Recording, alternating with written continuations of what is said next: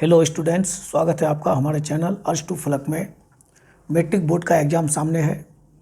उसी एग्ज़ाम को देखते हुए आज मैं आप लोगों के लिए कुछ वस्तुनिष्ठ प्रश्न यानी ऑब्जेक्टिव प्रश्न को लेकर आया हूँ। ये सब प्रश्न आपके लिए बहुत ही इम्पोर्टेंट है। देखिए, ये प्रश्न केवल प्रश्न ही नहीं है, बल्कि ये समझिए कि आपके ऑब्जेक्टिव का एक सारांश है। तो आप वीडियो में ज़रूर बने रहेंगे, इससे आपको ज़रूर लाभ मिलेगा। तो इस पहले वीडियो में आज हमने चैप्टर 1 से लेकर के चैप्टर 6 यानी ट्रायंगल तक, उस चैप्टर तक का ऑब्जेक्टिव क्वेश्चंस आपके टेक्स्ट बुक से लिया है। ये कहीं इधर उधर कोई गाइड से या किसी के वीडियो से देखा हुआ ये सब क्वेश्चन नहीं है। ये सारा क्वेश्चन मैंने खुद मेहनत करके दिन भर टेक्स्ट बुक को उलट उलट करके ये सब क्वेश्चन को लिया है, तो आपके लिए बहुत इंपॉर्टेंट है। तो चलिए वीडियो में बने रहें। मैं शुरू करता हूँ। क्वेश्चन नंबर 1 देखिए, क्वेश्चन नंबर 1 में है 60 का अभाज्य गुणनखंड निम्नलिखित में से होगा। 60 का अभाज्य गुणनखंड, पहले आप देखिए यहाँ पर है 4 गुना 3 गुना 5। तो आप देखिए कि 4 या 12, 12 5 60। एक चीज़ ये देखिए कि देखिए 4 3 5 ये 60 हो रहा है तीनों को गुना करने के बाद। अब देखिए इसका प्रत्येक खंड अभाज्य होना चाहिए, लेकिन 4 इसमें अभाज्य नहीं है। 2 दूनी 4 ये अभाज्य नहीं है, इसका मतलब ये नहीं होगा। अच्छा, यहाँ देखिए 5 या 15 दूना 30 दूनी 60। देखिए इसका प्रत्येक खंड अभाज्य है। 5 3 2 2 प्रत्येक खंड अभाज्य है, इसका मतलब यही इसका उत्तर सही है। बी नंबर ये भी नहीं है सही है, क्योंकि 15 चौक 60 ये अभाज्य नहीं है। 15 4 भी अभाज्य नहीं है। 20 गुना 3 20 अभाज्य नहीं है। यानी अभाज्य गुणनखंड का अर्थ ही होता है कि प्रत्येक खंड, उसका जितना भी गुणनखंड में खंड है वो अभाज्य होना चाहिए। तो चलिए, हमारे ख्याल से ये आपको समझ में आ गया होगा। तो चलिए हम लोग क्वेश्चन नंबर 2 में चलते हैं। क्वेश्चन नंबर 2 में है निम्नलिखित में से कौन परिमेय संख्या है। तो देखिए यहाँ पर है 5/0 स्क्वायर रूट 5/√16 0/5 और स्क्वायर रूट 25/√3। तो एक नज़र आप सोच लीजिए कि कौन सा होगा, फिर मैं आपको बता रहा हूँ। देखिए इसमें से कौन परिमेय संख्या है। परिमेय संख्या का परिभाषा आपको जानना पड़ेगा। परिमेय संख्या जो p/q के रूप में यानी अंश बाई हर के रूप में हो, जिसमें q कभी भी 0 नहीं हो, यानी नीचे में कभी 0 नहीं होना चाहिए। तो 5/0 ये तो नहीं होगा। और p और q में यानी अंश और हर में दोनों पूर्णांक होना चाहिए। तो देखिए स्क्वायर रूट 5 ये पूर्णांक नहीं है। स्क्वायर रूट 16 का मान 4 होता है, तो 4 तो पूर्णांक होगा, लेकिन स्क्वायर रूट 5 कभी भी पूर्णांक नहीं है, इसलिए ये भी परिमेय संख्या नहीं है। अब देखिए 0/5 ये परिमेय संख्या है। कैसे है? परिमेय संख्या का परिभाषा के अनुसार p/q के रूप में हो, p और q पूर्णांक हो, q 0 के बराबर नहीं हो, यानी नीचे में जो है ये 0 नहीं होना चाहिए, ऊपर 0 हो सकता है। यानी p/q p 0 हो सकता है, लेकिन ये q कभी भी 0 नहीं होगा, ये आपको जानना पड़ेगा। तो ये परिमेय संख्या है। ये इसको भी समझ लीजिए, ये परिमेय संख्या नहीं है। कैसे नहीं है? इस √25 का मान 5 होता है और स्क्वायर रूट 3 ये पूर्णांक नहीं है। इसका मतलब दोनों को पूर्णांक होना चाहिए। तो चलिए ये भी क्वेश्चन आप समझ लिए होंगे कि ये परिमेय संख्या है। क्वेश्चन नंबर 3 में चलता है। निम्नलिखित में से कौन अपरिमेय संख्या है। देखिए इसमें अपरिमेय आपको खोजना है। देखिए 9 है, ये स्क्वायर रूट 9/√16। स्क्वायर रूट 9 का मान 3 होता है, ये 3/4 हो जाएगा इसका मान। तो 3/4 दोनों पूर्णांक है, तो इसका मतलब ये परिमेय संख्या है। अब देखिए 0/2 जैसे यहाँ किए थे, ये परिमेय संख्या है, इसका मतलब ये भी परिमेय संख्या है। अब देखिए स्क्वायर रूट 36 है, ये स्क्वायर रूट 36, इसका मान हो जाता है कितना? 6 हो जाता है, 6 6 36। तो ये भी परिमेय संख्या है, क्योंकि सभी प्राकृतिक संख्या जितना भी प्राकृतिक संख्या है वो परिमेय संख्या होता है। जैसे 1 2 3 से लेकर अनंत तक ये सभी परिमेय संख्या है। अब देखिए पाई क्या है? पाई अपरिमेय संख्या है, हमेशा याद रखेंगे आप तो जानते हैं कि भाई आप गणित में ये जानते हैं कि पाई बराबर 22/7। ये इसका एक्चुअल मान नहीं है, आप हमेशा याद रखेंगे। पाई का जो एक्चुअल मान होता है वो दशमलव के बाद वो हमेशा आगे बढ़ते रहता है, यानी टर्मिनेट कभी नहीं होता है, यानी ये हमेशा आगे चलते रहता है। और वो भी इस पैटर्न में नहीं चलता है कि भाई कोई संख्या बार बार दोहराया जाता है, यानी वो जो नॉन टर्मिनेटिंग है, लेकिन उसका पैटर्न नहीं बनता है आगे दशमलव के बाद। तो जो पैटर्न नहीं बनता है तो वो अपरिमेय संख्या है। तो चलिए आप याद रखेंगे अभी फ़िलहाल कि ये परिमेय संख्या नहीं है, ये अपरिमेय संख्या है। तो ये इसका उत्तर हो गया डी। चलिए अब हम लोग चलते हैं क्वेश्चन नंबर 4 में। देखिए क्वेश्चन नंबर 4 में है निम्न में से किस परिमेय संख्या का दशमलव प्रसार शांत है। देखिए यहाँ हमने कुछ ऑप्शन दिया है। 10/6 क्या ये शांत है? तो पहले आपको मैं एक बात बता देता हूँ कि शांत दशमलव वही होता है जिस परिमेय संख्या का हर का यदि हम अभाज्य गुणनखंड करें तो उस अभाज्य गुणनखंड में 2 या 5 आए, चाहे तो 2 आए या 5 आए या दोनों आए, इसके अलावा कुछ भी आए तो वो परिमेय संख्या, तो वो शांत दशमलव नहीं होगा। तो चलिए देखते हैं हम लोग। ये देखिए 10/6 है ना, तो 6 का हम लोग पहले अभाज्य गुणन करते हैं। 2 गुना 3, 2 तो भाई ठीक है, हर का गुणनखंड में एक 2 हो सकता है, दूसरा क्या हो सकता है 5 हो सकता है, लेकिन 5 नहीं, यहाँ पर 3 है, इसका मतलब ये शांत दशमलव नहीं है। इसको देखिए 6/10, तो 10 का हम लोग गुणन करेंगे, 10 का गुणन होता है 2 गुना 5। देखिए हर के गुणनखंड में 2 और 5 है, उसके अलावा और कुछ नहीं है, इसका मतलब ये शांत दशमलव है। अब देखिए 50/35, इसको करेंगे तो 7 गुना 5 हो जाएगा, 7 5 35। देखिए 5 तो इसका अभाज्य गुणनखंड में है, लेकिन 7 नहीं होना चाहिए, यहाँ पर 2 और 5 ही होना चाहिए, चाहे जितना बार 2 आए जितना बार 5 आए, ये भी नहीं है। 10/3, 3 तो खैर होना ही नहीं चाहिए, 2 या 5 ही होना चाहिए, इसका मतलब क्या हुआ, यही आपका हो गया क्या, शांत दशमलव। ये बी नंबर उत्तर आपका सही है। चलिए हम लोग आगे बढ़ते हैं। चलिए अब क्वेश्चन नंबर 5 में जो हमने क्वेश्चन चुना है वो किसी द्विघात बहुपद में चर का घात होता है। द्विघात बहुपद में जो चर होता है, चाहे x चर हो या y हो, यानी वेरिएबल जो होता है उसका घात कितना होता है। तो देखिए द्विघात समीकरण, ये नाम से ही पता चल जाता है कि चर का घात 2 होने से ही वो द्विघात समीकरण होगा, इसका मतलब ये उत्तर सही होगा। अगर चर का घात 3 हो तो वो त्रिघात समीकरण, अगर चर का घात 1 हो तो वो रेखिक समीकरण या लीनियर इक्वेशन।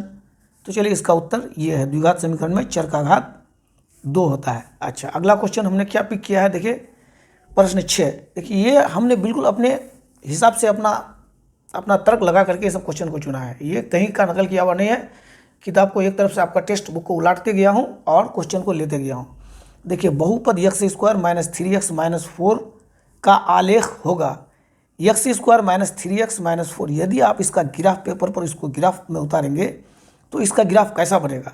देखिए ऑप्शन में सरल रेखा बनेगा, वक्र रेखा बनेगा यानी टेढ़ा रेखा बनेगा, कर्व लाइन, या पैराबोला बनेगा यानी परबल है, या इनमें से कोई नहीं। ये सब उत्तर है, देखिए ये सब ऑप्शन दिया हुआ है, इसमें से आपको चुनना है।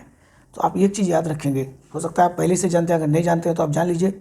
द्विघात बहुपद का यदि हम ग्राफ पेपर पर ग्राफ उतारें तो वो ग्राफ हमेशा ये पैराबोला बनता है, ये पैराबोला यानी कटोरे के आकार का बनता है, ये याद रखेंगे आप। अच्छा, द्विघात अगर ये नहीं हो, अगर वो बहुपद लीनियर हो, रेखिक बहुपद हो, यानी चर का घात केवल 1 हो यदि, तो वहाँ पर वो स्ट्रेट लाइन बनाएगा। चर का घात 1 होने से स्ट्रेट लाइन बनाएगा, और चर का घात यदि 2 हो तो वो पैराबोला बनाएगा। इसमें भी एक बात और आप जान लीजिए, चर का ये जो चर है x यानी वेरिएबल, इसके आगे में कोफिशिएंट यदि प्लस हो तो पैराबोला का मुंह ऊपर बनेगा, यदि इसका कोफिशिएंट माइनस में हो तो पैराबोला का मुंह नीचे बनता है। चलिए ये सब बेसिक बातें हम बता देते हैं, हो सकता है क्वेश्चन को बदल के पूछे तो आपको सहायता मिल जाएगा। तो इसमें उत्तर कौन सा होगा, ये परबल है, पैराबोला, ये C नंबर होगा उत्तर। चलिए अगला क्वेश्चन है क्वेश्चन नंबर 7। क्वेश्चन नंबर 7 को हम लोग देखते हैं क्या कहता है। देखिए 3x⁴ - 7x³ + 2x² + x - 7 दिए हुए बहुपद में बहुपद का घात होगा। देखिए इसमें ये बहुपद जो दिया हुआ है इसमें बहुपद का घात कितना है। तो देखिए एक चीज़ याद रखेंगे, किसी भी बहुपद में चर का जो मैक्सिमम पावर होता है, चर का जो अधिकतम घात होता है, वही बहुपद का घात कहलाता है। तो इसमें चर का अधिकतम घात कितना है, 4 है, तो बहुपद का घात 4 होगा, ये उत्तर सही है। चलिए अब हम लोग क्वेश्चन नंबर 8 में चलते हैं। तो चलिए क्वेश्चन नंबर 8 में हमने क्या लिया है कि द्विघात बहुपद x² - 2x - 8 में शून्यांकों का योगफल होगा। तो देखिए x² - 2x - 8 ये द्विघात बहुपद है, तो शून्यांकों का योगफल, इसका फॉर्मूला आप जानते हैं, शून्यांकों का योगफल मतलब अल्फा प्लस बीटा, ये कितना होता है -b/, ये तो -b क्या होता है, ये -b है, तो ये माइनस तो एक फॉर्मूला में है, और b का मान है -2/a, ये का मान है 1, तो माइनस माइनस गुना होकर के प्लस बन जाएगा, 2/1 = 2। तो देखिए इसमें ऑप्शन में 2 है, ये हो जाएगा। चलिए अब हम लोग अगला क्वेश्चन में चलते हैं, क्वेश्चन नंबर 9 में। क्वेश्चन नंबर 9 में क्या है, यदि किसी बहुपद में चर यानी वेरिएबल का घात 1 हो तो बहुपद कहलाता है। देखिए किसी भी बहुपद में चर का घात 1 हो तो वो रेखिक समीकरण कहलाता है। क्या कहलाता है वो, रेखिक समीकरण, लीनियर इक्वेशन। चर का घात 2 हो तो द्विघात समीकरण, और चर का घात 3 हो तो त्रिघात समीकरण। तो चलिए इसको हम यही रखते हैं। अब चलिए अब हम लोग आगे बढ़ जाते हैं क्वेश्चन नंबर 10 में। क्वेश्चन नंबर 10 में क्या है, एक द्विघात बहुपद के अधिक से अधिक कितने शून्यांक हो सकते हैं। तो एक द्विघात बहुपद में कितने शून्यांक होते हैं, 2 शून्यांक होते हैं। द्विघात बहुपद नाम से ही पता चलता है, द्विघात बहुपद में उसका 2 शून्य होता है, त्रिघात बहुपद में 3 होता है, और यदि चतुर्घात बहुपद हो तो उसमें 4 शून्यांक होता है, यानी 4 जीरोज आते हैं। चलिए क्वेश्चन नंबर 11 बहुत ही मस्त मज़ेदार क्वेश्चन है, वीडियो में बने रहेंगे। देखिए ये क्वेश्चन क्या है कि ये द्विघात समीकरण, यहाँ समीकरण में आ गए, कितना है 3x² plus bx plus c बराबर 0। ये द्विघात बहुपद है। द्विघात बहुपद का ये सामान्य रूप है कि 2 विभिन्न वास्तविक मूल होते हैं। इसके 2 विभिन्न यानी 2 अलग अलग वास्तविक मूल किस परिस्थिति में होते हैं। आप जानते हैं कि द्विघात समीकरण में एक विविक्तर होता है जिसको डिस्क्रिमिनांट यानी डी बोलते हैं। डी का मान होता है कितना, b² माइनस 4ac। तो यदि डिस्क्रिमिनांट डी यानी b² माइनस 4ac 0 से यदि बड़ा हो तो उसके 2 विभिन्न वास्तविक मूल होते हैं, और 0 से छोटा हो तो कोई वास्तविक मूल नहीं होता है, और 0 के बराबर हो ये b² माइनस 4ac तो दोनों मूल बराबर होते हैं। तो चलिए इसका उत्तर क्या हो जाएगा, ये हो जाएगा। हमने क्या बताया कि भाई ये केवल आपका ऑब्जेक्टिव नहीं है, ये पूरा सारांश है, इससे आप बहुत कुछ सीख सकते हैं, इसलिए वीडियो में बने रहें। अभी हमने बता दिया आपको तो कितना चीज़ आपकी जानकारी में आ गया। चलिए हम लोग क्वेश्चन नंबर 12 में चलते हैं। Question number 12 arithmetic progression in AP।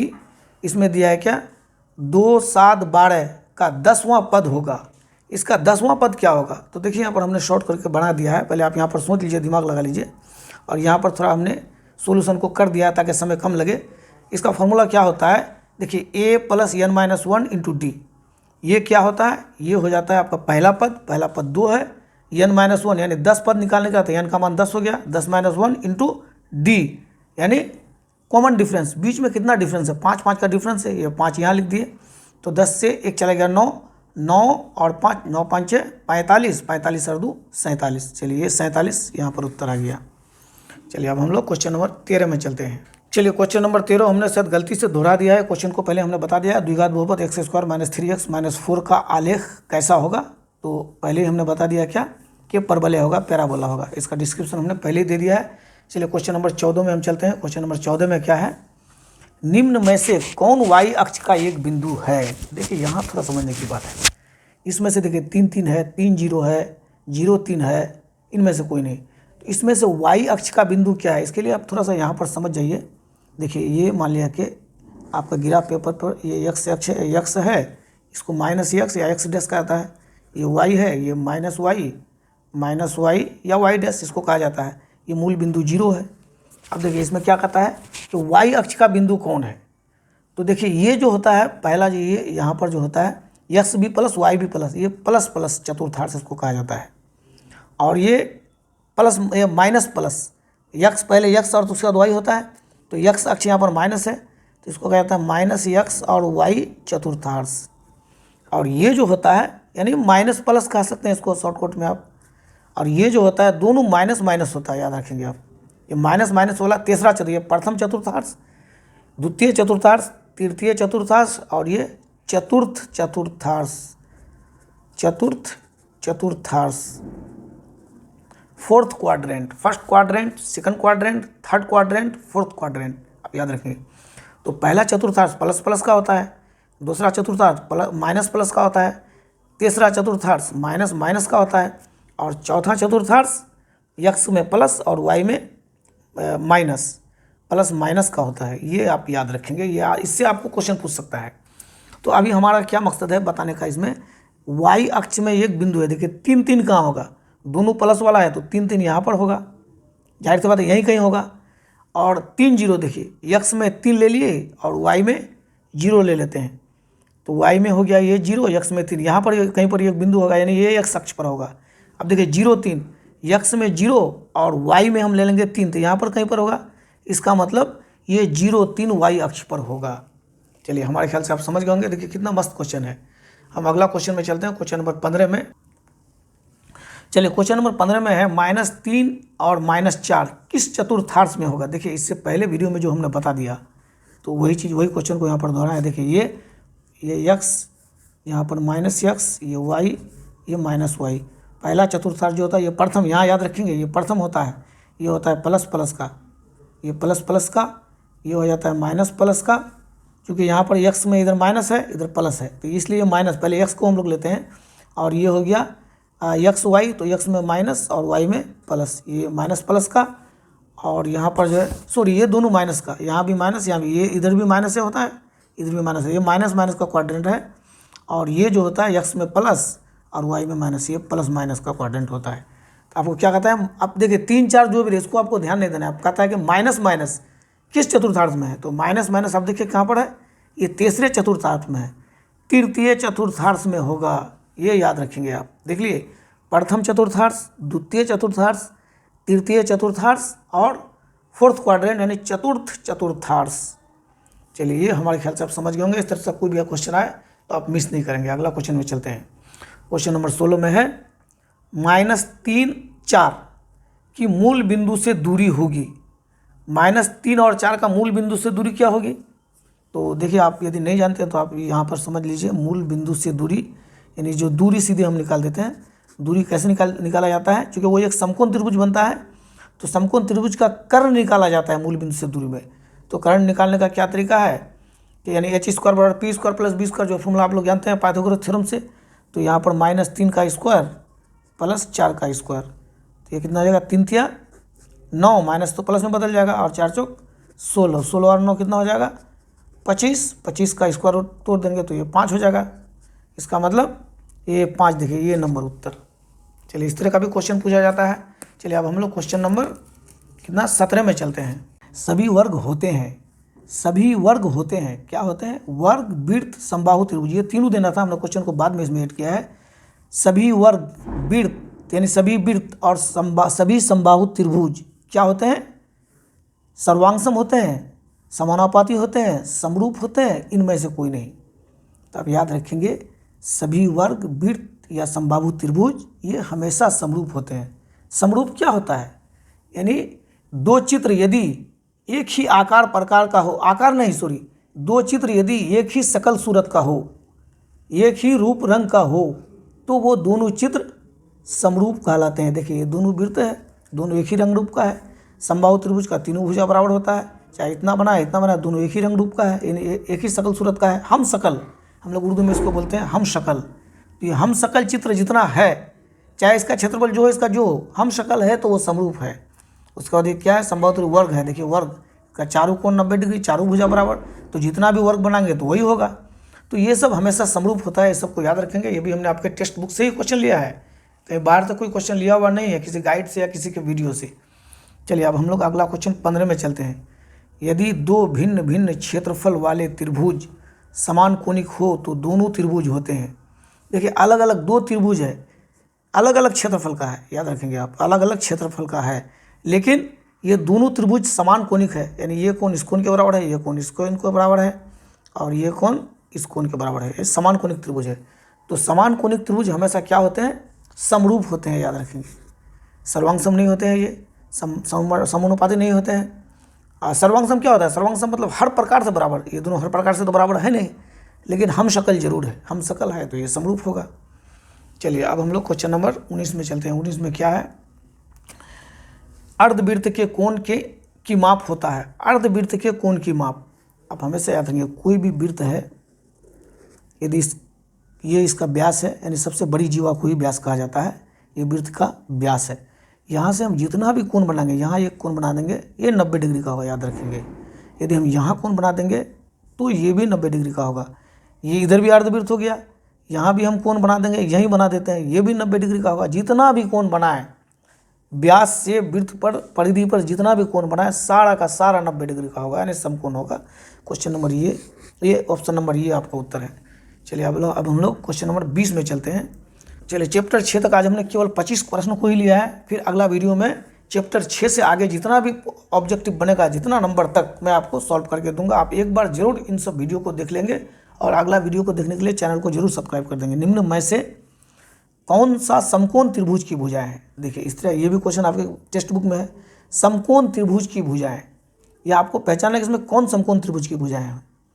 तो देखिए आपको मैं समझा देता हूँ, समकोण त्रिभुज में जो सबसे बड़ी भुजा होती है वो कर्ण होता है, याद रखिएगा, यानी वो हाइपोटेनस होता है। जैसे ये समकोण त्रिभुज है, ये जो कर्ण है H, ये सबसे बड़ी भुजा होती है, याद रखिएगा, ये 90 डिग्री के सामने होता है।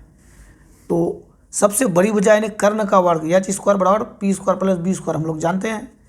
तो ये 4 जो सबसे बड़ी भुजा कर्ण है, 4 का स्क्वायर हम लोग कर देखेंगे, 4 चौक 16, इधर 2 दूनी 4 प्लस 3 तिया 9, 9 4 13, इधर हो गया 16, इधर हो गया 13।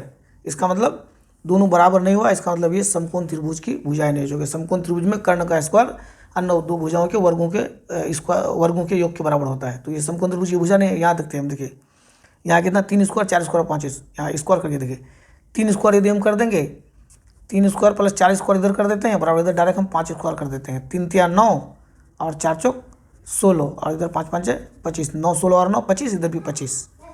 इसका मतलब ये समकोण त्रिभुज की भुजाएं हैं। चलिए इधर और हम क्या ध्यान देंगे। चलिए क्वेश्चन नंबर 21 में हम लोग चलते हैं।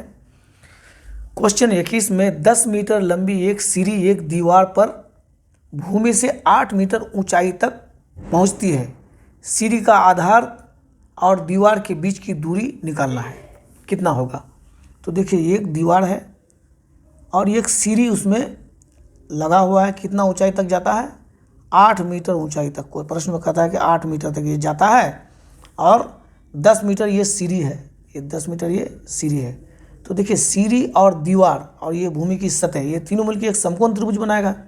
तो समकोण त्रिभुज में ये कोण 90 डिग्री का, इसके सामने का भुजा ये कर्ण होगा। तो चलिए समकोण त्रिभुज में हम लोग जानते हैं क्या, कर्ण का स्क्वायर अन्य दोनों भुजाओं के स्क्वायर का जोड़ के बराबर होता है। तो हमको निकालना है क्या, ये भुजा निकालना है, ये निकालना है। तो जो भी भुजा हमको निकालना है ये दोनों में से, यानी कर्ण को छोड़ करके, तो हम कर्ण से उसको घटाएंगे। तो चलिए इसको एकदम यक्स मान लेते हैं। तो यक्स स्क्वायर बराबर हो जाएगा ये 10 स्क्वायर माइनस 8 स्क्वायर, ये होता है। तो 10 दशंक ये हो जाएगा 100 और ये 8 8 64, सॉरी माइनस 64। 100 से 64 चला जाएगा, कितना बच जाएगा, 36 बच जाएगा। ये यक्स स्क्वायर है, यक्स हम लेंगे तो स्क्वायर रूट 36 हो जाएगा। स्क्वायर 36 को यदि हम तुरंत तो ये 6 हो जाएगा, 6 जगह 36 होता है। तो चलिए 6 देखिए यहाँ ऑप्शन में है, इसका मतलब यहाँ से यहाँ तक की दूरी 6 मीटर हो जाएगा। चलिए क्वेश्चन नंबर अब हम लोग क्या 22 में चलते हैं। ये त्रिभुज ये बी सी में ये भी 3 सेंटीमीटर, ये सी 4 सेंटीमीटर, बी सी 5 सेंटीमीटर, तो ये कोण ये होगा, कोण ये क्या होगा। ये आपको देखिए थोड़ा सा क्वेश्चन हमने दिमाग से थोड़ा सा घुमा दिया है। अधिक कोण होगा, न्यून कोण होगा, समकोण होगा, इनमें से कोई नहीं। तो देखिए ट्रायंगल वाला चैप्टर से क्वेश्चन हमने लिया है। तो इसको मैं एक छोटा सा फिगर बना दीजिए, आपको समझ में आ जाएगा। त्रिभुज ये बी सी हम बना लेते हैं। चलिए त्रिभुज ऐसे बनाते हैं, त्रिभुज ए बी सी ये बना लेते हैं। इसमें ये भी कितना है, यहाँ समझ में नहीं, यहाँ समझा देते हैं। देखो वहाँ पर जगह नहीं है, यहाँ हम बना देते हैं। देखिए यहाँ हम बना लेते हैं। चलिए ये बी सी, ये बी सी में क्या कहता है कि ये भी 3 सेंटीमीटर। चलिए ये हम 3 सेंटीमीटर ले लिए, ये भी 3 सेंटीमीटर हो गया। अच्छा ये सी 4 सेंटीमीटर, ये हो गया 4 सेंटीमीटर। अच्छा और ये सी 4 सेंटीमीटर और बी सी है 5 सेंटीमीटर, ये है कितना 5 सेंटीमीटर, ये हो गया 5 सेंटीमीटर बी सी। ये कितना था 3 4 और 5। अब देखिए अब यहाँ पर ध्यान दीजिए कि ये समकोण त्रिभुज है कि नहीं है, पहले ये आप ध्यान दीजिए। 3 तिया 9 और 4 चौक 16, 16 और 9 25 और ये 5 5 25, सबसे बड़ी भुजा का वर्ग। इसका मतलब ये भुजा कर्ण है। ये भुजा तभी कर्ण होगा जब इसके सामने का कोण ये 90 डिग्री का होगा। जब ये 90 डिग्री का होगा तो ये समकोण त्रिभुज है, क्लियर बात है। यानी जो भी 3 भुजा की लंबाई दिया हुआ है तो वो सबसे दो जो छोटी भुजा है उसका हम वर्ग करके देख लेंगे। 3 तिया 9 और 4 चौक 16, 16 और 9 25 हो गया, 25 हो गया। और सबसे बड़ी भुजा जो होता है उसका भी वर्ग करके देख लेंगे, 5 5 25। यानी ये दोनों जब बराबर हो गया तो ये समकोण त्रिभुज है। समकोण त्रिभुज है तो कर्ण कौन होगा, जो सबसे बड़ी भुजा है वही कर्ण होगा। तो ये बी सी कर्ण है। तो ये हम क्या कहता है कि बी सी, तो कोण ये का मान, ये कोण ये है, बी सी के सामने का भुजा ये 90 डिग्री का है, मतलब समकोण होगा। तो ये समकोण यहाँ पर है समकोण, ये आपका उत्तर है। चलिए और 3 क्वेश्चन है, तीनों क्वेश्चन हम बना देते हैं। थोड़ा सा धैर्य रखिए, आपको ही लाभ होगा, हमारा कुछ नहीं है भाई। देखिए क्वेश्चन नंबर 23 में क्या कहता है, यदि समकोण त्रिभुज के समकोण वाले शीर्ष से कर्ण पर लंब डाला जाए तो निम्न में से कौन सा कथन सत्य है। यहाँ देखिए एक समकोण त्रिभुज हम बना लेते हैं। यहाँ पर देखिए ये समकोण त्रिभुज है। इस समकोण त्रिभुज में कहता है कि समकोण वाले शीर्ष से कर्ण पर, समकोण यानी 90 डिग्री के जो सामने की भुजा होती है वही कर्ण होता है, याद रखेंगे आप। तो यहाँ हमने 90 डिग्री लिया है तो इसके सामने का भुजा ये कर्ण है। तो कहता है कि समकोण वाले शीर्ष से कर्ण पर डाला गया लंब, ये लंब हमने डाल दिया यानी 90 डिग्री पर इसको डाल दिए, तो डाला जाए तो निम्न कौन सा कथन सत्य है। देखिए यानी कर्ण के दोनों ओर, लंब, यहाँ गलत कर दिए हम, लंब रेखा जो है, लंब के दोनों ओर बने त्रिभुज संपूर्ण त्रिभुज के समरूप होते हैं। देखिए ये जो हमने लंब डाला, इसका ये शीर्ष लंब के दोनों ओर जो त्रिभुज है, ये याद रखेंगे आप। अगर आप नहीं जानते तो आप याद रखेंगे, ऐसा थ्योरम है आपका सिलेबस की किताब में कि इस तरह से कोई समकोण त्रिभुज है, यदि समकोण वाले शीर्ष से कर्ण पर कोई लंब डाला जाए तो ये जो त्रिभुज बना ये संपूर्ण त्रिभुज का समरूप होता है। और इस तरह का गणित भी हमारा बना हुआ है, चैनल में आप जाकर देख सकते हैं, अभी तो आपका समय नहीं है। इस पार का जो समकोण त्रिभुज बना ये भी संपूर्ण त्रिभुज का समरूप होगा, और ये दोनों त्रिभुज भी आपस में समरूप होगा, और ये दोनों त्रिभुज जब समरूप होगा तो ये तीनों त्रिभुज, यानी यहाँ देखिए ABCD, ये तीनों त्रिभुज यानी त्रिभुज ABD, त्रिभुज ADC और त्रिभुज ABC, तीनों त्रिभुज भी समरूप होगा। तो आप देखिए इसमें क्या कहता है, ये नंबर में दिया है क्या, ये शीर्ष लंब के दोनों ओर बने त्रिभुज संपूर्ण त्रिभुज के समरूप होते हैं। शीर्ष लंब के दोनों ओर के त्रिभुज आपस में ये दोनों भी समरूप होते हैं, ये भी सही है, ये भी सही है। अच्छा, तीनों त्रिभुज समरूप होते हैं, अभी हमने बताया क्या है, त्रिभुज तीनों, ये दोनों भी समरूप और इसके भी समरूप हो जाता है बड़ा त्रिभुज के। तो इनमें से सभी कथन सत्य है। तो चलिए इनमें से सभी कथन सत्य है, यही आपका उत्तर है, ये उत्तर है। चलिए क्वेश्चन नंबर 24 में हम लोग चलते हैं। चलिए बढ़िया से आपको समझा दिया ताकि आप कभी भूलें नहीं इसको। 24 में हमने जो क्वेश्चन लिया है, बिंदु PXY, उसके बाद कि मूल बिंदु ओरिजिन से दूरी, मूल बिंदु से दूरी क्या हो जाएगा, कोई एक बिंदु है XY है, मूल बिंदु से कितनी दूरी होगी। अभी इससे पहले ये क्वेश्चन हमने बनाया, स्क्वायर रूट यहाँ पर जो भी हो, यहाँ पर जो भी हो, XY है तो x² + y², ये आप याद रखेंगे, ये इसका सही क्वेश्चन आंसर है। इनमें से कोई ये भी नहीं होगा, ये भी नहीं होगा, माइनस भी नहीं होता, यही सही है। चलिए अब हम लोग क्वेश्चन नंबर लास्ट क्वेश्चन 25 में चलते हैं। तो दो समरूप त्रिभुज की संगत भुजाएं होती है, दो समरूप त्रिभुज की संगत भुजाएं हमेशा आप याद रखेंगे समानुपाती होते हैं, एक ही अनुपात में होते हैं।